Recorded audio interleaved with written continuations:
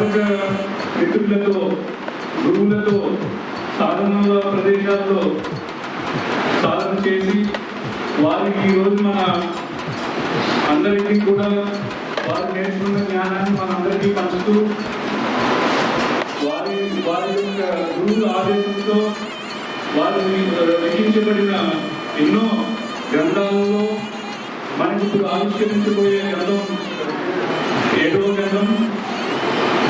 ఈ గ్రంథానికి మూల కారణం, ఈ గ్రంథాన్ని రచించడానికి మూల కారణమైన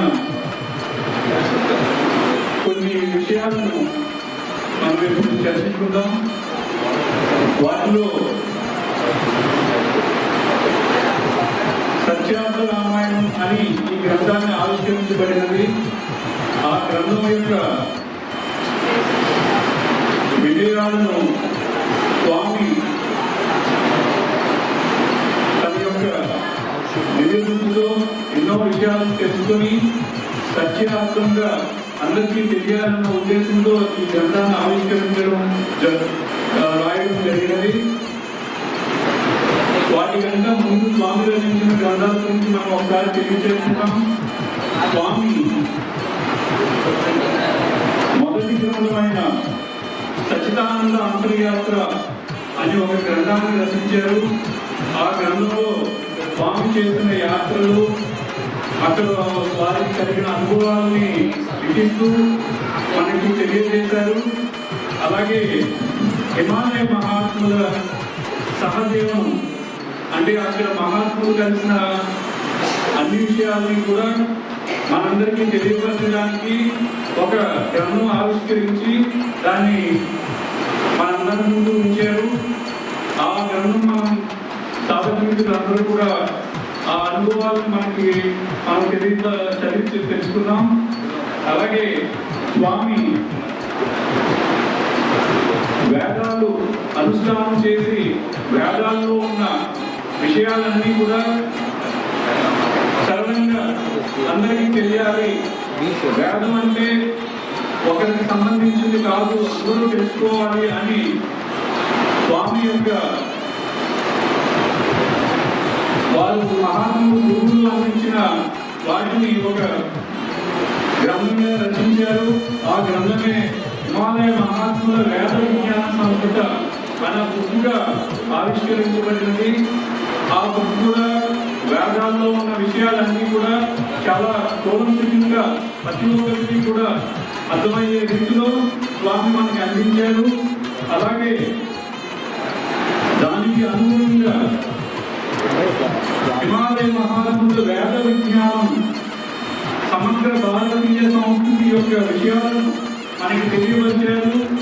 ఆ బుక్ ద్వారా కూడా మనకి ఎన్నో విషయాలు, మూలాలు ఏంటి, అసలు మనం ఎక్కడి నుంచి ఉపయోగించాం, ఇవన్నీ కూడా ఎన్నో విషయాలను దాంట్లో ప్రస్తావించి మహాగ్రంథంగా అది ఆవిష్కరించబడినది. ఎన్నో మానవులకు తెలియని విషయాలను కూడా ఈ గ్రంథాల్లో రచించబడింది. అలాగే హిమాలయ మహాత్ములు సాధనలో ఉన్న బుక్ కూడా మనకి స్వామి ద్వారా రచించబడినది. అలాగే మనం హోమం చేసుకోవడం కానీ ఏ కార్యక్రమాలైనా సరే ఇంట్లో ప్రతి ఒక్కరూ చేసుకునే విధంగా ఒక గ్రంథాన్ని కూడా రచించి సామాన్యులు కూడా హోమం చేసుకునే విధంగా సూక్ష్మ రూపంలో దాన్ని ఎలా చేయాలి అన్న విషయాన్ని కూడా మనకి అందరికీ కూడా తెలియపరిచిన బుక్ కూడా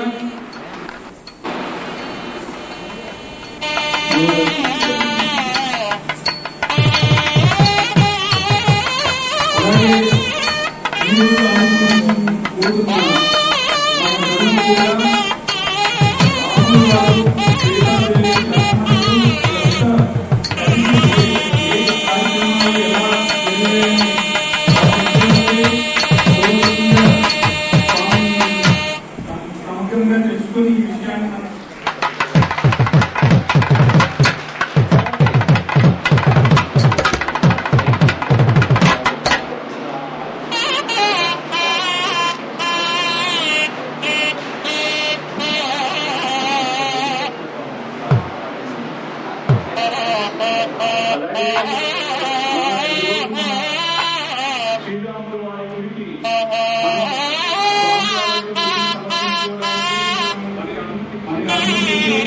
కార్యక్రమాన్ని ముందుగా తీసుకెళ్ళిన మన యువ గారిని రమాదేవి గారిని కూడా వేదిక అలంకరించవలసిందిగా కోరుతున్నాను.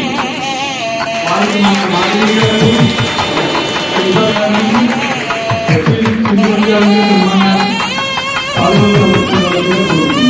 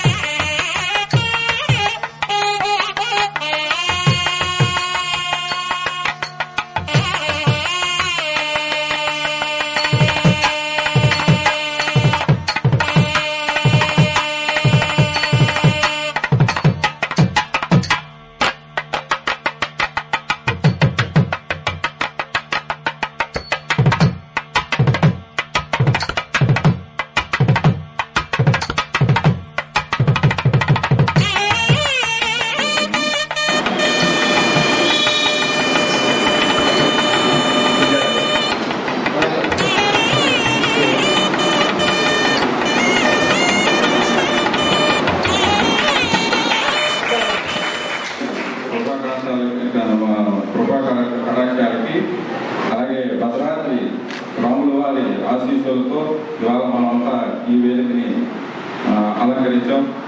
అటు కూర్చున్న ముందుగా ఉన్న సాధక మిత్రులలో పూనా నుంచి వచ్చిన వాళ్ళకి ప్రత్యేకంగా पुणे से जो आया मेरे ख्याल से स्वामी जी का जो सत्संग कर रहा है वहाँ पर वो लोग अपना साथ में है, उन लोगों को बहुत बहुत धन्यवाद। आज एक संकल्प के लिए हम गए महीने में होमवर्क भी करा था स्वामी जी को से कृपा भी आपको बहुत बहुत मिला समझा मैं वो इसके तरफ से वो जो बुक में है वो आपका ओम का भी लगाया था एक फोटो। धन्यवाद। मन वेदिक की मुख्य अतिथि रामादेव गारी अलागे मन वेद पंडितुलु వేదాచార్యులు మురళీకృష్ణ గారికి, ఫలసాయి నవాచార్యులు శ్రీ ఫలసాయి గారికి, అలాగే రామరాజు గారికి, ఇంకా సారాజు గారికి, ఈ కార్యక్రమం అందరికీ మూలకర్త మన నరసింహారావు గారికి, వీరందరికీ కూడా ప్రత్యేక ధన్యవాదాలు తెలియజేసుకుంటూ, అంటే ఈ కార్యక్రమం ఇంకా లేట్ అవుతుంది అనుకుంటూ ఈ రోజుకి ఫిక్స్ చేయడం జరిగింది. అసలు మనం స్వామివారు ఈ సంతసత్పాదానంద స్వామి ఎవరు అనేది నాకైతే అంటే గత సంవత్సరం క్రితమే నాకు పరిచయం. ఆ పరిచయం కాస్త నన్ను ఏ విధంగా తీసుకెళ్ళిందంటే మొత్తం ప్రపంచ పర్యటన చేయించే విధంగా తీసుకెళ్లారు స్వామీజీ. అంతటి కృపా కటాక్షాలు వారి దగ్గర నుంచి పొందాను. వారికి సభా వేదిక నుంచి నాకు ఎల్లవేళలా కృపా కటాక్షాలు ఆశీస్సులు అందించాలని స్వామివారిని కోరుకుంటూ, అయితే ఈ సత్యార్థ రామాయణం అసలు ఏమిటి? సత్యార్థ రామాయణం అసలు ఎందుకు రాయాల్సి వచ్చింది? ఆయనలో తపన ఏంటి? అసలు దీనికి అంటే ఎప్పుడో వాల్మీకి మహర్షి రాసిన రామాయణాన్ని అనేక రకాలుగా వందల కొద్ది రామాయణాలు రకరకాల భావాలతో రాసిన సత్యార్థ రామాయణం. ఈ రామాయణం పురుడు పోస్తుంది అని అంటే ఇవాళ మనందరం కూడా గర్వించదగ్గ విషయం. ఎందుకంటే ఏమో వాల్మీకి మహర్షి శ్రీమద్ రామాయణం రాశారు, ప్రపంచ గతిని మార్చేసింది రామాయణం అని చెప్పేసి స్వామివారి ఇందులో రాయడం జరిగింది.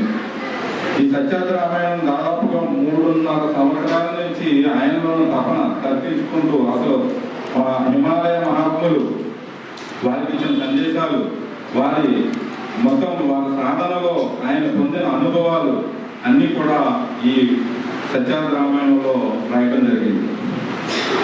అసలు ఇందులో ఒకటి రాశారు స్వామివారు, అసలు విష్ణు ఎవరు? ఫిబ్రవరి నుంచి ఈ రోజు వరకు కూడా ఎన్నిసార్లు చదివానో నాకే తెలియదు, ఎంత అనుభూతి పొందానో నాకే తెలియదు.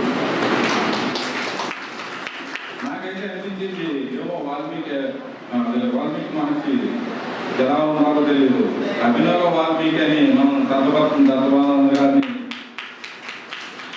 మనం ఆ విధంగా పూజించుకోవాలి, ఆ విధంగా అభివర్ణించుకోవాలనేది నా మనసులోని మాటని ఈ వేదిక ద్వారా తెలియజేస్తున్నాను. అసలు ఇందులో అసలు పుస్తకం అంటే ఈ పుస్తకం నన్ను ఇది మామూలుగా మన ప్రింటింగ్ కాకముందు ఒక జిరాక్స్ తీసుకుని దీన్ని చదువుతూ ఇది ఎన్ని క్షేత్రాలు తిరిగిందనంటే దాదాపు 23 క్షేత్రాలు అగస్త్యముని తిరిగిన ప్రదేశాలన్నీ కూడా ఈ పుస్తకం తిరిగింది. అంటే నన్ను తిప్పింది, నన్ను గబురుపాటు ఇచ్చేసింది. అసలు అంటే చదువుతుంటే నేను ధ్యానంలో కలిపోయినట్టు స్వామీజీ రాసిన అంటే ఇది రామాయణం ఒక కథా రూపంలో రాయలేదు, ఎంచుకున్న మార్గం అసలు విలక్షణమైన మార్గం అన్నమాట. అసలు ఆ విలక్షణమైన మార్గాన్ని ఈ రోజు సమాజం అంటే ఎలా తీసుకుంటుంది అని అంటే అసలు తీసుకోవడానికి భయపడే పరిస్థితులకి సమాజం మారిపోయింది. వైదిక సాంప్రదాయాలు తెలియని ఈ రోజు మనం వైదిక సాంప్రదాయాలు తెలియకుండా మర్చిపోతున్న రోజుల్లో ఇలాంటి సత్యార్థ రామాయణంలో వైదిక సాంప్రదాయాల గురించి చెప్పడం జరిగింది. స్వామీజీ సనాతన ధర్మాల గురించి చెప్పడం జరిగింది.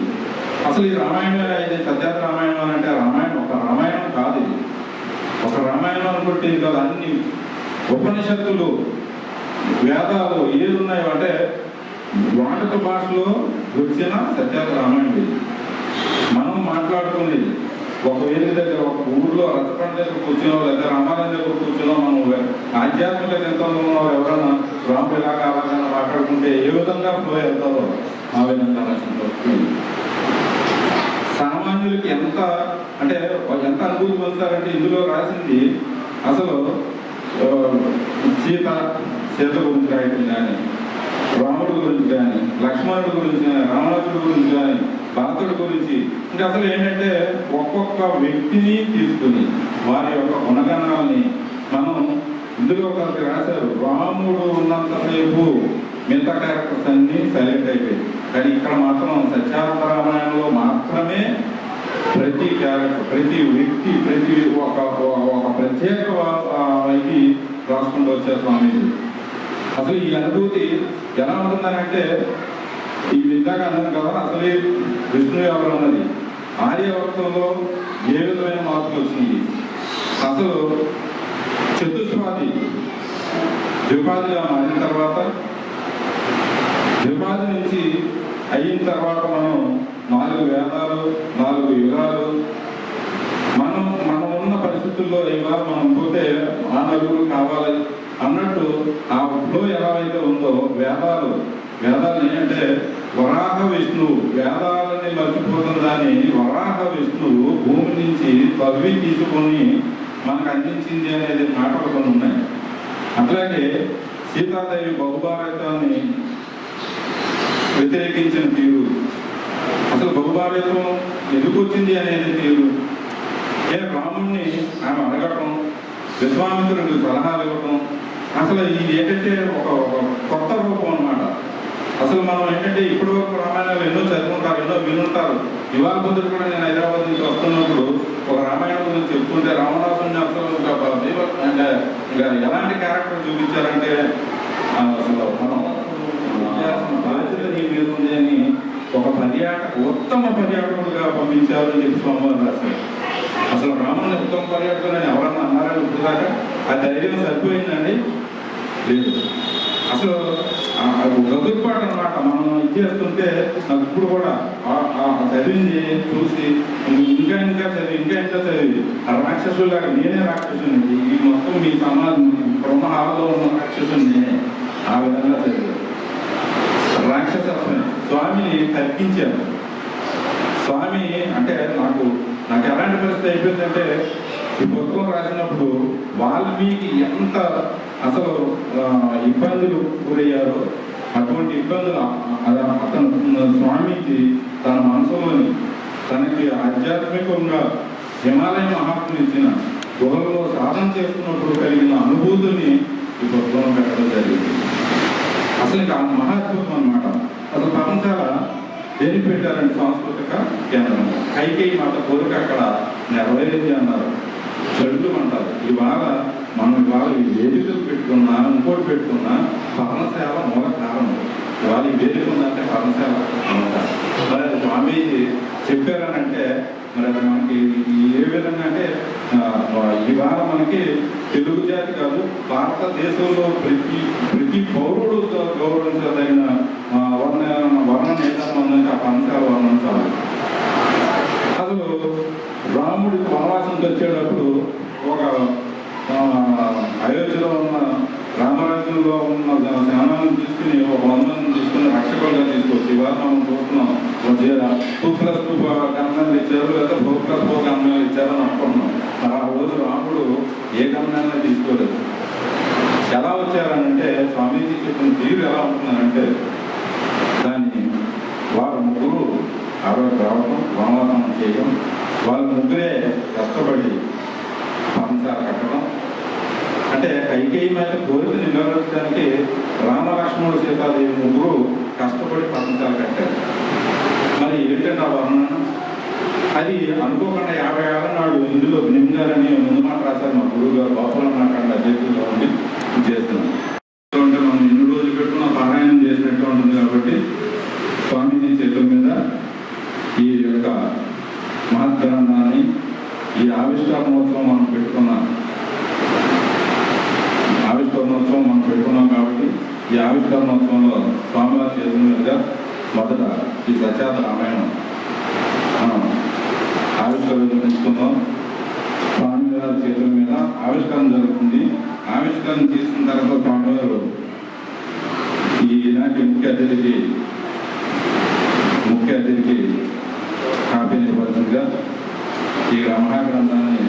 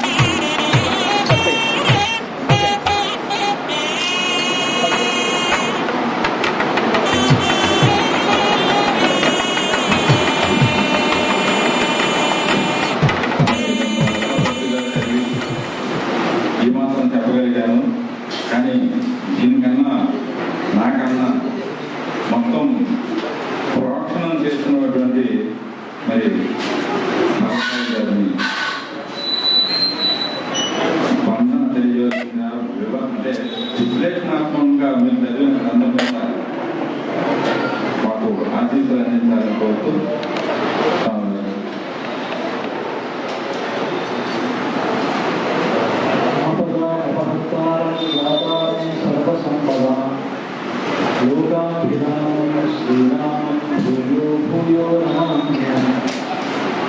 అసాధ్య సాధక స్వామిన్ అసాధ్యం సవకింబల రామదూత కృపా సింధో సత్కార్యం సాధయ ప్రభో.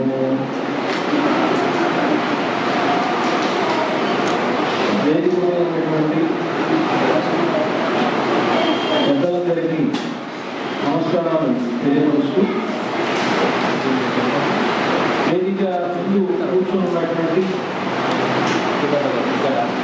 పెద్దలందరికీ ఈ కార్యక్రమం సత్యార్థ రామాయణం అని, ఈ రామాయణాన్ని సంకలనం చేసినటువంటి వారు సంత్ దత్తపాదానంద స్వామి. ఒక 2 నెలల క్రితం ఈ పుస్తకానికి సంబంధించినటువంటి ఒక కాపీ దేవస్థానానికి రావడం, దేవస్థాన ఈవో గారు ఒకసారి ఆ పుస్తకాన్ని చూడమని ఇచ్చారు. దాన్ని కూడా చూడటం జరిగింది.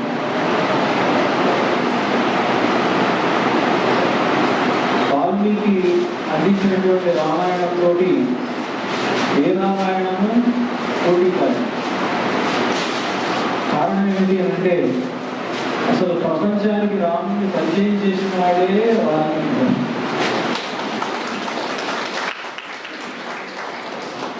వాల్మీకి మహర్షి కనుక రాముడి గురించి చెప్పకపోయి ఉంటే అసలు ఇంకొక రామాయణం అనేటువంటి ఊహ రాదు, అసలు రాముడు అనేటువంటి ఊహ కూడా రాదు.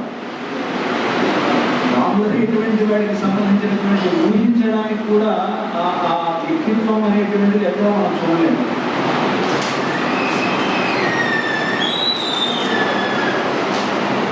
ప్రసిద్ధంగా ప్రమాణముల గురించి చెప్తూ ప్రమాణములు అంటారు. ఏదైనా సరే ఇలాంటి గ్రంథములన్నింటినీ కూడా ప్రమాణములు అంటారు.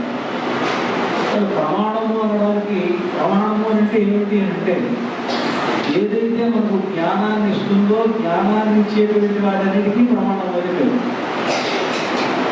ఈ జ్ఞానం కలగాలి ఏదైనా సరే. ఒక రూపానికి సంబంధించిన జ్ఞానం మనకు కలిగింది అంటే అది నేత్రం ఉన్నందువల్ల కలుగుతుంది. నేత్రాలతో ఒక రూపాన్ని చూసి ఈ రూపం అందంగా ఉంది, ఈ రూపం వికారంగా ఉంది, ఈ రూపం భయంకరంగా ఉంది అని మన నేత్రాల ద్వారా చూసి తెలుసుకుంటానంటే నేత్రం కూడా ఒక ప్రమాణం. ఒక శబ్దం మనకి వినిపించిందంటే ఈ శబ్దం చాలా ఇంపుగా ఉంది, ఈ శబ్దం కఠోరంగా ఉంది అని మనకి తెలుస్తుందంటే చెవుల ద్వారా వింటాం కనుక ఆ చెవులు ఒక ప్రమాణం. ఇలాగా వాటికి జ్ఞానేంద్రియములకు వేరు. ఇంద్రియముల ద్వారానే మనకు జ్ఞానం కలుగుతుంది సహజంగా. కనుక వీటన్నిటి కూడా ప్రత్యక్షములుగా పేరు. ప్రత్యక్ష ప్రమాణములు. ఎవరైనా దేవుడిని చూసారా మీరు చూపించండి అని అంటారు కదా. అంటే చూపించండి అంటే మనం చూస్తే కదా చెప్పడానికి. కనుక చూశారా అని అంటే దేవుణ్ణి ఎవరు నేను చూశామని చెప్పడానికి ఎలా చూడాలి వాళ్ళు దేవుణ్ణి? అంటే కళ్ళతో చూడాలి, చెవులతో వినాలి, ముక్కుతో వాసన చూడాలి, నోటితో రుచి చూడాలి. అలా చూస్తేనే కదా దేవుడి గురించి ప్రత్యక్షంగా చెప్పడానికి.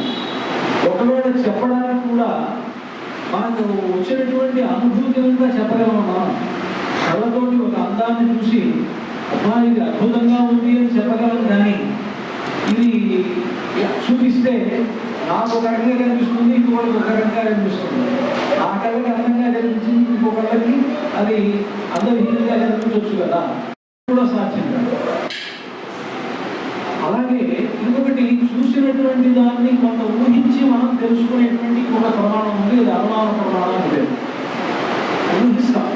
నాకు తెలియదు కానీ తెలిసినటువంటి దాన్ని బట్టి ఇది తెలిసింది కంటే దీన్ని బట్టి కొంత ఊహిస్తాం. అలా ఊహించి చెప్పడానికి అనుమానం అని పేరు. అనుమాన ప్రమాణం అంటారు. ఇంకొక దగ్గర ఉంది, అదేమిటంటే పోలిక చేసి చూపిస్తాం. తెలియనటువంటి దాన్ని ఇలా ఉంటుంది. ఆ అమ్మాయి ముఖం చంద్రబింబంలాగా ఉంది అని అన్నాం. చంద్రబింబాన్ని చూస్తున్నా, అమ్మాయి ముఖాన్ని చూస్తున్నా, అందంగా ఉంది, గుండ్రంగా ఉంది. చంద్రుడిని చూసినప్పుడు ఎట్లా ఆహ్లాదకరంగా ఉందో ఈ అమ్మాయి ముఖం చూడగానే ఆహ్లాదకరంగా ఉంది. అంటే దీనికి ముఖం చంద్రబింబంలాగా ఉంది అని అంటే అది ఉపమానము అంటారు, ఉపమాన ప్రమాణము అంటారు. అది కూడా ఒక ప్రమాణం. అంటే జ్ఞానాన్ని కలుగజేసుకోవాలి. ఇవన్నీ కాదు, కొన్నింటిని మనం నమ్మి తీరాలి, విశ్వసించి తీరాలి.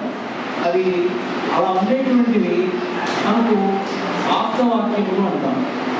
ఆప్తులైనటువంటి వాళ్ళు చెప్తారు కొన్ని. ఈయన మీకు తండ్రి, ఈవిడ మీకు తల్లి అని చెప్తారు కొంతమంది. అది విశ్వసించాలే కదా. దాన్ని మనం పరీక్షించగలమా, లేకపోతే దాన్ని ఊహించగలమా, లేకపోతే దాన్ని నిర్ధారించగలమా? నిర్ధారించగలం. ఎవరో కొంతమంది పక్కన ఉన్న వాళ్ళు వీళ్ళిద్దరే మీకు తల్లిదండ్రులు అంటారు. సరే ఇప్పుడైతే కొంచెం డిఎన్ఏ టెస్ట్ లాంటివి ఏమైనా ఉన్నాయేమో, ఉన్నా సరే లేకపోయినా దాన్ని పక్కన పెట్టేస్తే ఎవరైనా నమ్మి తీరాల్సిందే. కొన్ని డిఎన్ఏ టెస్ట్ కూడా నమ్మి తీరాల్సిందే కదా. నమ్మితే తప్ప విశ్వసించాలి. అలాగా ఆప్తవాక్యములు లాంటివి ఈ గ్రంథాలు. రాముడి అంటే ఒక క్యారెక్టర్ని మన ముందు ఉంచాడు, మనల్ని నమ్మేట్టుగా చేశాడు, మనం పూజించేట్టుగా చేశాడు. అలాంటి గొప్ప వ్యక్తి వాల్మీకి కనుక వాల్మీకి వంటి వాడు ఇలాంటి వాడు చెప్పడానికి వాల్మీకితో పోలిక ఎవరిని చెప్పలేము. వాల్మీకిని అనుసరిస్తున్నటువంటి వాడు. ఎందుకంటే మనం అందరం కూడా గొప్పగా చెప్పుకునేటువంటి మహాకవి కాళిదాసు. ఆయన చెప్పాడు, వసూర్య ప్రభో వంశ క్వచాల్ప విషయామతి. ఆ 18 పురాణాల్లోనూ ఒక్కొక్క సమయంలో ఒక్కొక్క రకంగా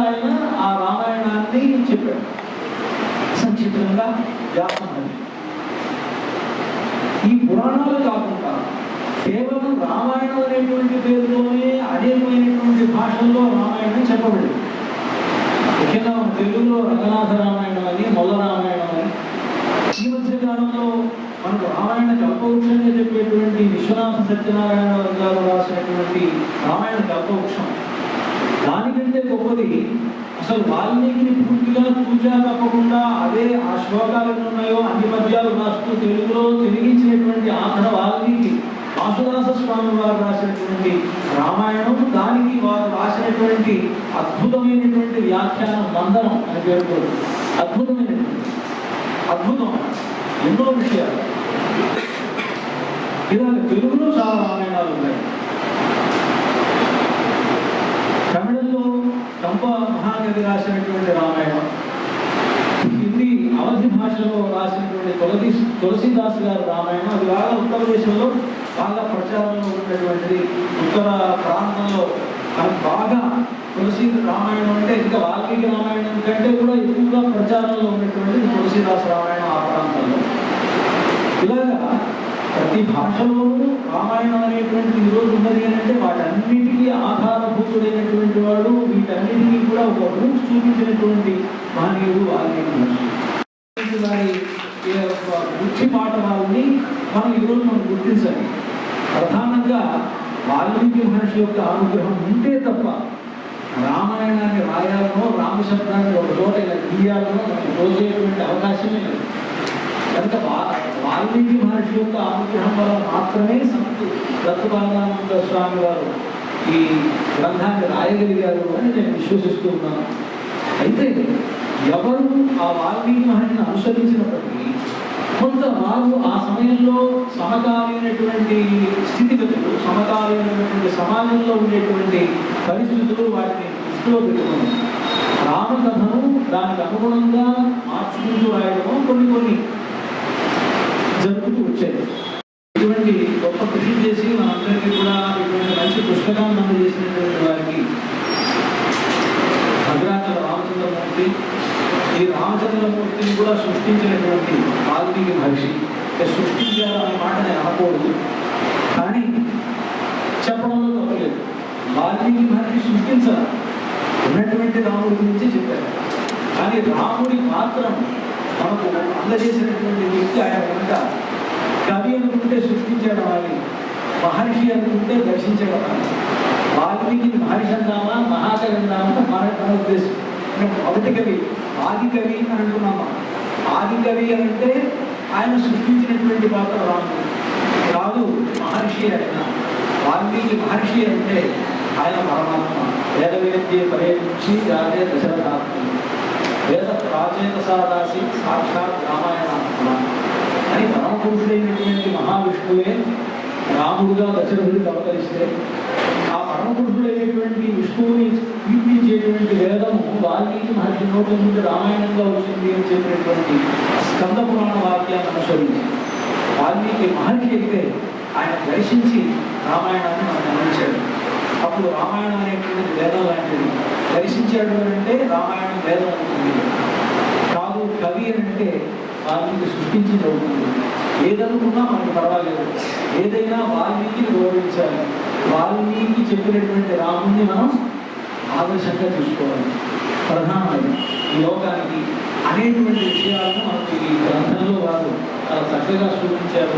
అట్లాంటి సూచన చేసినటువంటి వారికి వాల్మీకి మహర్షి, భద్రాచల రామచంద్రమూర్తి సకల శుభాలను కలిగజేసి మరింతగా మన సనాతన ధర్మాన్ని వారు లోకంలో వ్యాప్తి చేసేటువంటి శక్తి వారికి భగవంతుడు కలిగజేయాలని ప్రార్థిస్తూ జై శ్రీరామ్.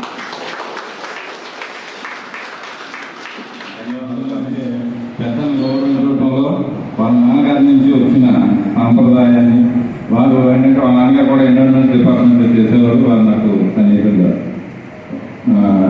మీ అందరికీ చెప్తూ మా కృష్ణమాచార్య గారిని, మురళీ కృష్ణమాచార్య గారిని వారి ఆశీస్సులు అందించాల్సిందిగా కోరుతున్నాను.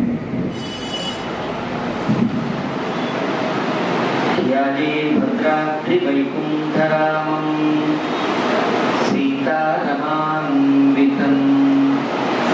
శంఖచక్రధనుర్బాణధరం సౌమిత్రిసేవితం.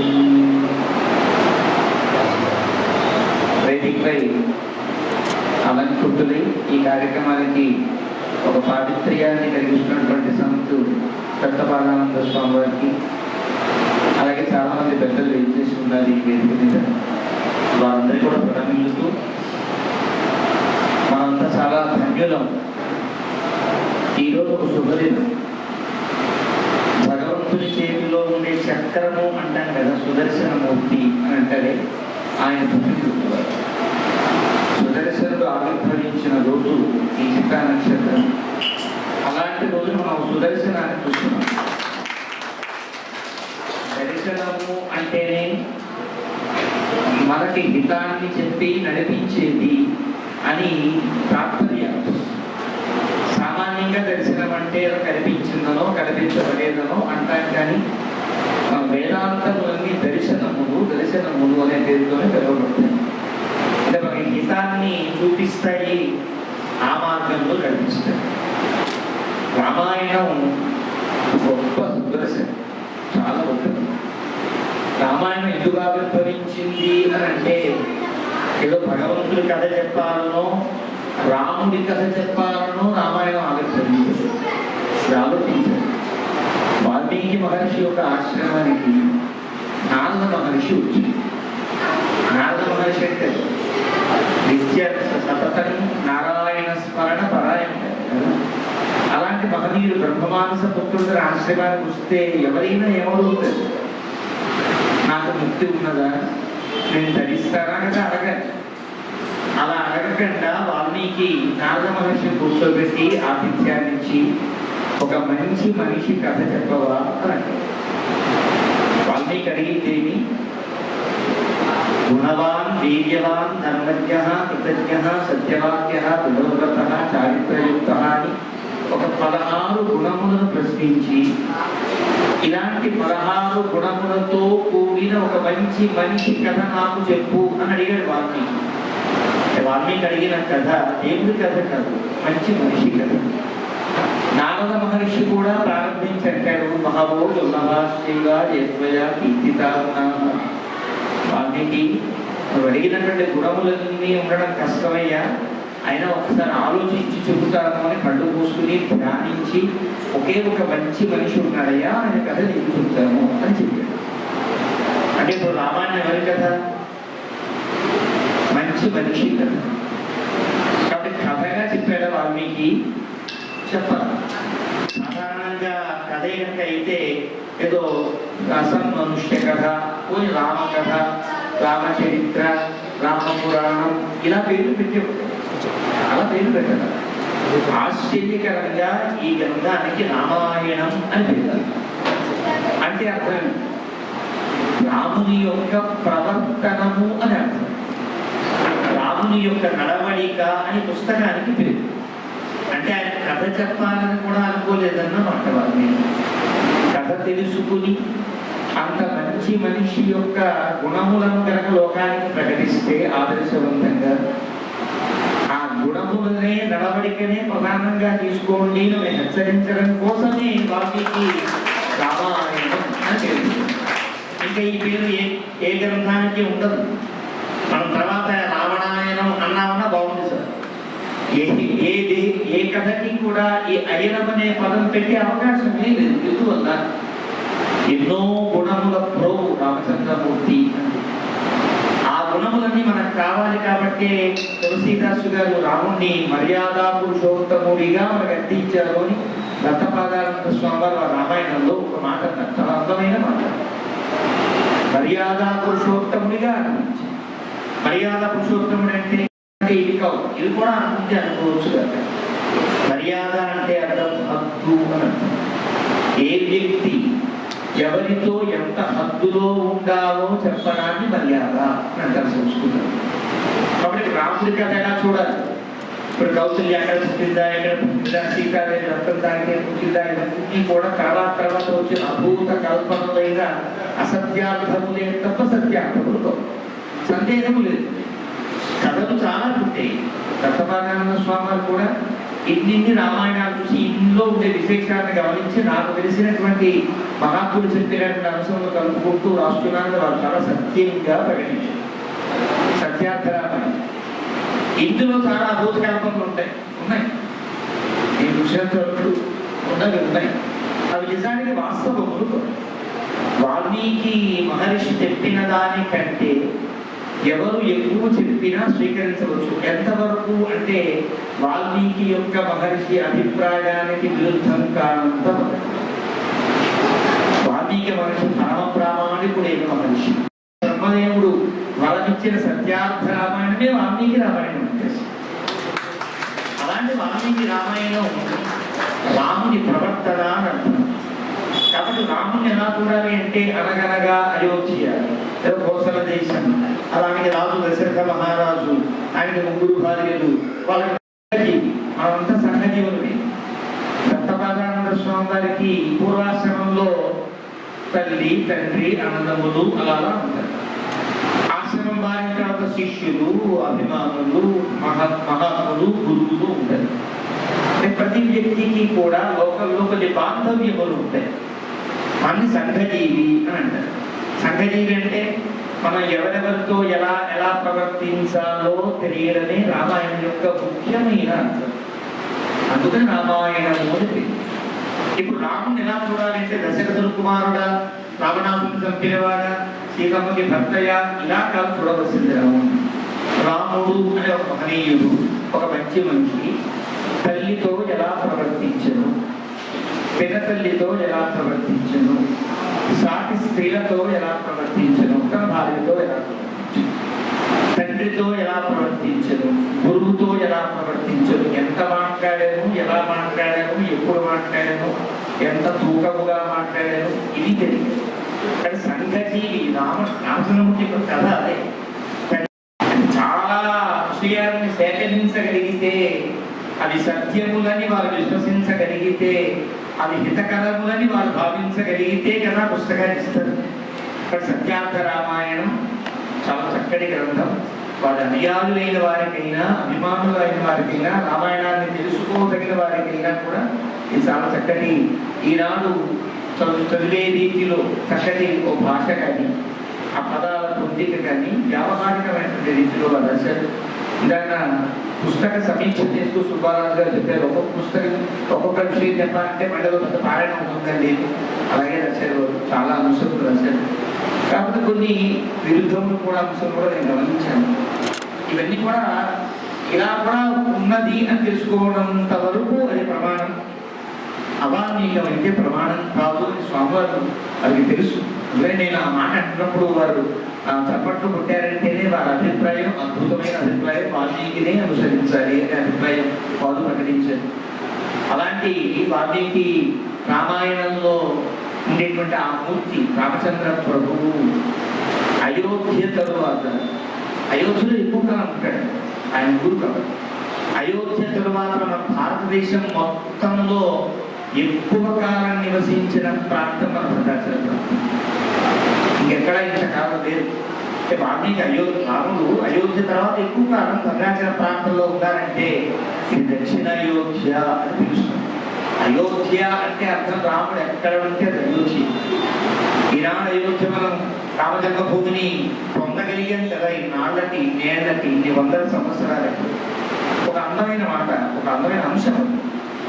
ఆనాడు ముసల్మానులు అనుకునేటువంటి వాడు కదా ఆ అయోధ్యలో రామ మందిరాన్ని తీసి ఇంతకాలం మనం వేచి ఉండేటట్టుగా తెలిసింది.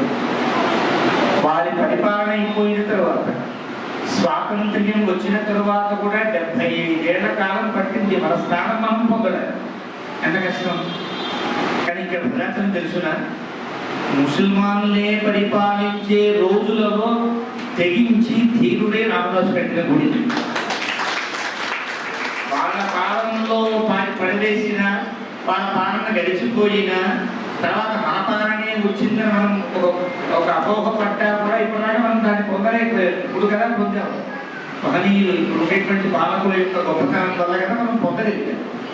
కాబట్టి అలాంటి స్థితి అయితే ముసల్మానులే పరిపాలిస్తున్న రోజులలో, అబుల్ హసన్ షా పరిపాలిస్తున్న కాలంలో, ఆయన ఆస్థానంలో చిన్న ఉద్యోగిగా ఉండే భక్త రామదాసు గారు ఎంత ధైర్యం కలిగి ఉంటే, ఎంత తెగించి ఉంటే, కాదు రాముడి మీద ఎంత భక్తి కలిగి ఉంటే ఎంత గుడి కడతారో కానీ భద్రాచలం ఎంత గొప్పది అంటే అక్కడేమో పాపం ముసల్మాన్లలో హిందువులలో దెబ్బలాడుకున్న అయోధ్య, ఇది కలిసి కట్టుకున్న భద్రాచలం. సో ఆ అభూత సంస్కారం కూడా చాలా కాలం దాకా ఆ శ్రీరామనవమి కళ్యాణానికి పట్టు పీతాంబరాలు పంపించేవారు, ముత్యాలు పంపించేవారు. ఆ కళ్యాణం బాగా జరిగేటట్టుగా ఆయన కూడా సహకరించేవారంటే ఈ క్షేత్రానికి ఉండే ప్రాధాన్యం అది. అలాంటి ఆ అయోధ్యారాముడి కథని ఈ భద్రాద్రి రాముని సన్నిధిలో దీన్ని ఆవిష్కరించాలి అనుకోవడమే తెలుగువారిగా వారికి ఉండే గొప్ప స్వార్థం. అదే పరమాత్మ కదా. ఈ క్షేత్రం తెలుగువారి ఎలవేర్పినటువంటి క్షేత్రం. మనకి ఇప్పుడు తెలియదు కానీ ప్రాచీనమైన పుస్తకాల్లో మీరు ఎప్పుడు భద్రాద్రి రాముని ఏ మహాకవి స్మరించినా ఆంధ్రుల ఆరాధ్య దైవం అని, ఆంధ్రులు అంటే ఇప్పుడు ఆంధ్రులు కాదు, అప్పటి అర్థం సమగ్రార్థం. ఆంధ్రుల ఆరాధ్య దైవం తెలుగువారి ఇలవేల్పు భద్రాద్రి రాముడు అసలు ఈ పదం ఇంకా ఏ దేవుడికి పెట్టేవారు కాదు మహాకవులు. అంటే అంత ఆత్మీయంగా ఇది మా క్షేత్రము అని భావించిన క్షేత్రం భద్రాద్రి దివ్యక్షేత్రం. అలాంటి క్షేత్రంలో ఒక గొప్ప పర్వదినం సుదర్శనమూర్తి యొక్క జయంతి. ఆ జయంతి నాడు ఈ అద్భుతమైన సత్యార్థ దర్శనాన్ని మనకు అందించినటువంటి దత్తపాదానంద స్వామి వారికి కృతజ్ఞతలు ఘటిస్తూ, వారికి వాళ్ళ అధియారులకి ఈ పుస్తకాన్ని చదివి సత్యార్థాలు తెలుసుకునే వాళ్ళందరికీ కూడా భద్రాద్రి రామచంద్ర మహాప్రభువు సకల శుభాలను కలిగించుగాక. చేసుకుంటున్నారు.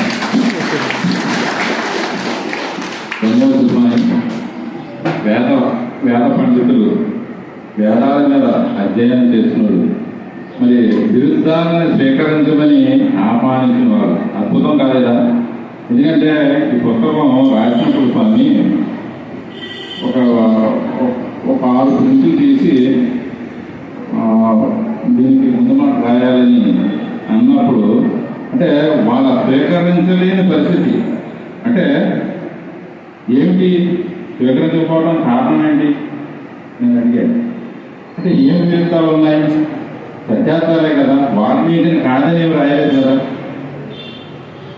ఇప్పుడు ఆ విధంగా అడిగినారు చేసి దీని మీద ముందు మాట రాసినప్పుడు ఓలే పార్వతీరావు మాట అన్నారు. ఇది ఒక మహాభక్తుడి విరచితం, మహాభక్తుడి విరచితం అని ముందు మాట ఉండడం జరిగింది. అంటే మీ ఆశీస్సులు సదా మాకు ఉండాలని చెప్పి ఈ సాధన మిత్రులందరికీ కూడా కలగాలని చెప్పి కోరుకుంటూ అమ్మ రమాదేవి గారు ఎప్పుడైనా మరి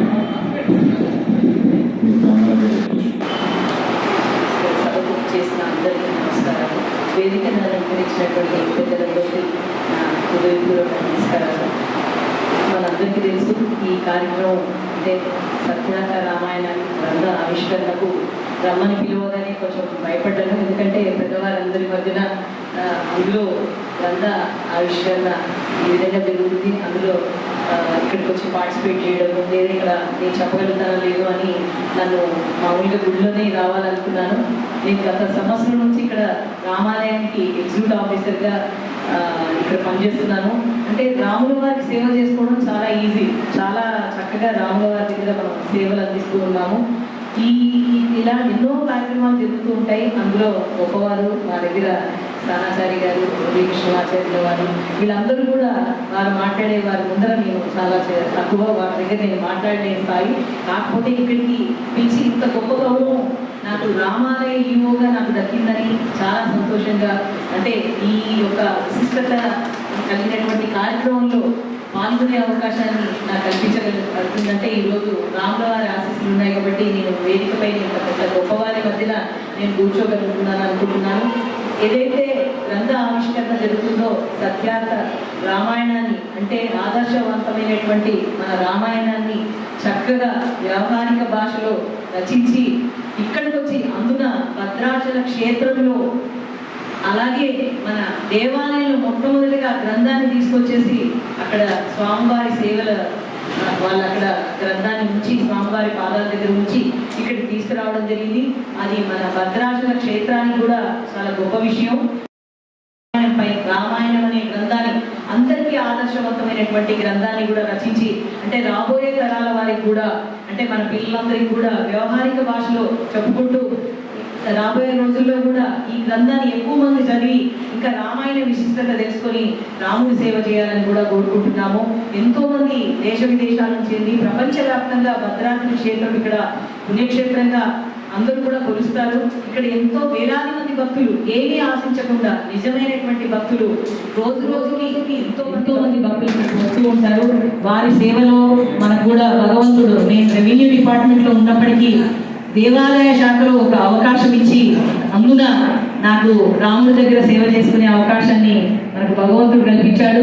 ఆ కార్యక్రమంలో భాగంగా ఈ విధంగా పుస్తకావిష్కరణలు అయితేవి ఇంత పెద్ద మంచి గ్రంథాన్ని సత్యార్థ రామాయణాన్ని కూడా ఆవిష్కరణ టైంలో నాకు ఇక్కడికి అవకాశం కలగడం చాలా గొప్ప విషయంగా భావిస్తూ జై శ్రీరాముడు.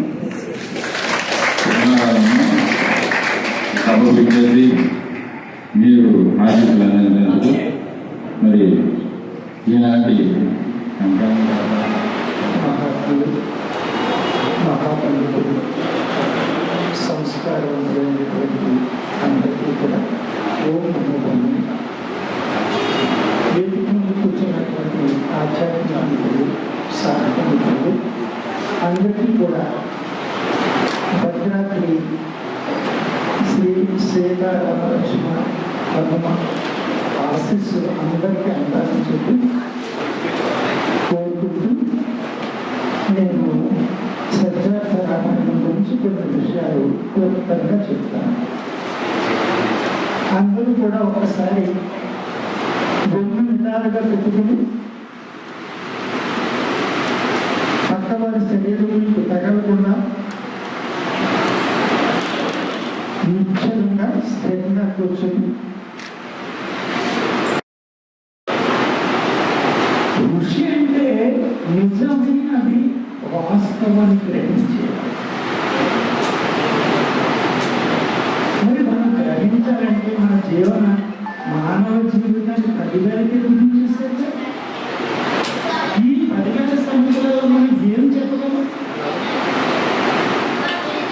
అందుకని నాకు ఊహ వచ్చిన దగ్గర నుంచి కూడా నాకు ఈ పాఠంలోకి వచ్చిన తర్వాత గణపతి సచ్చిదానంద స్వామి వారి ప్రేరణతో ఆయన ప్రార్థనలతో పరివరాజక దీక్షగా నేను భారతదేశాన్ని ఆ చుట్టూ ఉన్న కొన్ని దేశాన్ని తిరిగిన సమయంలో ఎందుకంటే మనం వేదాన్ని మన కోసం మనం దగ్గర ఉంచుకోవాలి. అగస్త్య మహర్షి మొత్తం ప్రపంచంలో ఉన్న అన్ని ప్రాంతానికి తిరిగి ఆయన ఒక్కడు మాత్రమే కాదు, అనేక మంది. అంతేకాదు రాజవంశాల వాడు, రాజవంశంలో అగ్రజులు చెప్పుడు వాళ్ళని నేను ముఖ్యంగా తీసుకున్నాను, వాల్మీకి మూలాన్ని తీసుకున్నాను. అలాగే కంబన్ ముని తీసుకున్నటువంటి అహింస విధానాన్ని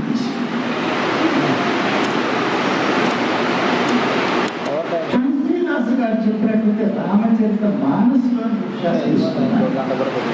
కౌశల్య విషయం స్వామి చెప్పినట్టుగా ఆనందరామాయణ నుంచి తీసుకున్నారు. ఎందుకంటే మనకి భక్తి చాలా ప్రధానం. కానీ భక్తి ఎలా ఉండాలి? సత్యార్థాన్ని సూచించేటట్లుగా మాత్రమే ఉండాలి. అలా కానప్పుడు ఆ భక్తి ఆస్తికులను అభద్రతా భావంలోకి దోషిస్తుంది. ఈనాడు భక్తులుగా గుళ్ళకి వస్తున్నారు, అన్ని చేస్తున్నారు. అక్కడ మన సంస్కృతిని కాపాడవలసిన బాధ్యత వచ్చినట్టు దీనికి కారణం భక్తి జ్ఞాన వైరాగ్యాలు ప్రతి ఒక్కరికి అవసరం. కానీ భక్తి ఎప్పుడు జ్ఞానంగా మారుతుంది అంటే ఆలోచన చేయడం నా ఉద్దేశం. ఇది మహాసాహసమే. కానీ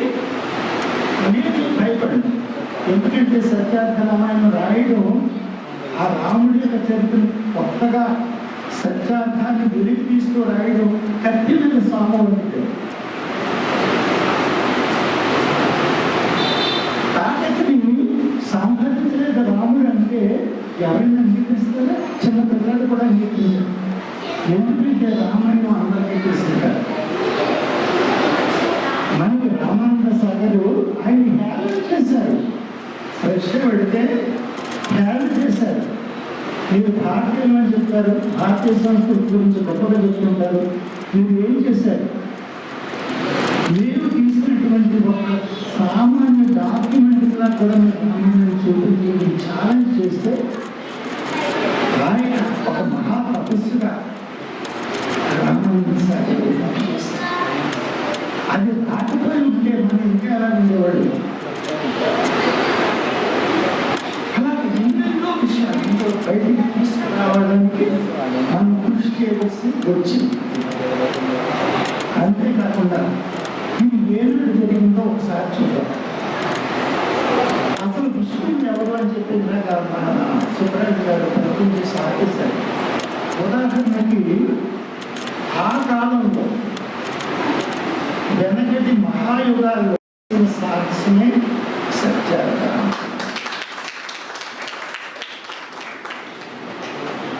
ఎందుకంటే మనకి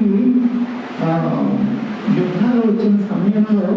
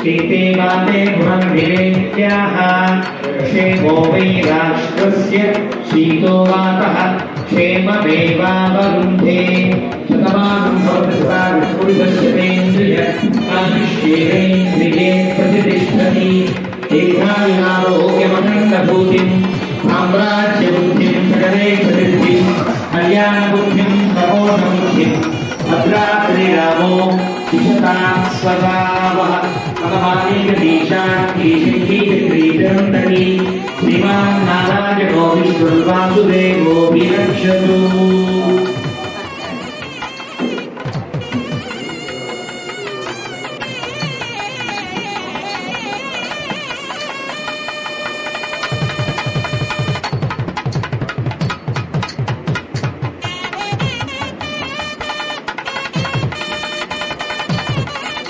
వేదాంతవత్నం జరిగింది. వేదం వచ్చేవాళ్ళు వేదం కొనసాగంటే ఇలాగా ఆశీర్వచనాలు అలాగే వేద పండితులు చేయడం ద్వారా మనందరికీ కూడా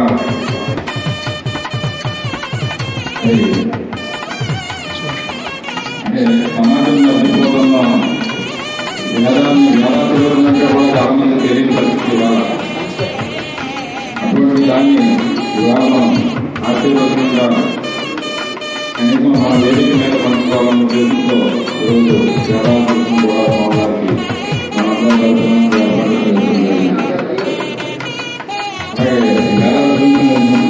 చేసినటువంటి వారికి కిరణ్ వారి తల్లిదండ్రులు మంజ రామారావు అలాగే రామాయణాన్ని కూడా స్వామివారి జరుగుతుంది. స్వామివారి చేతుల మీదుగా అందరూ కూడా ప్రచార రామాయణాన్ని పొందాల్సిందిగా కోరుతున్నటువంటి పండితులకి స్వామివారి చేతుల మీదుగా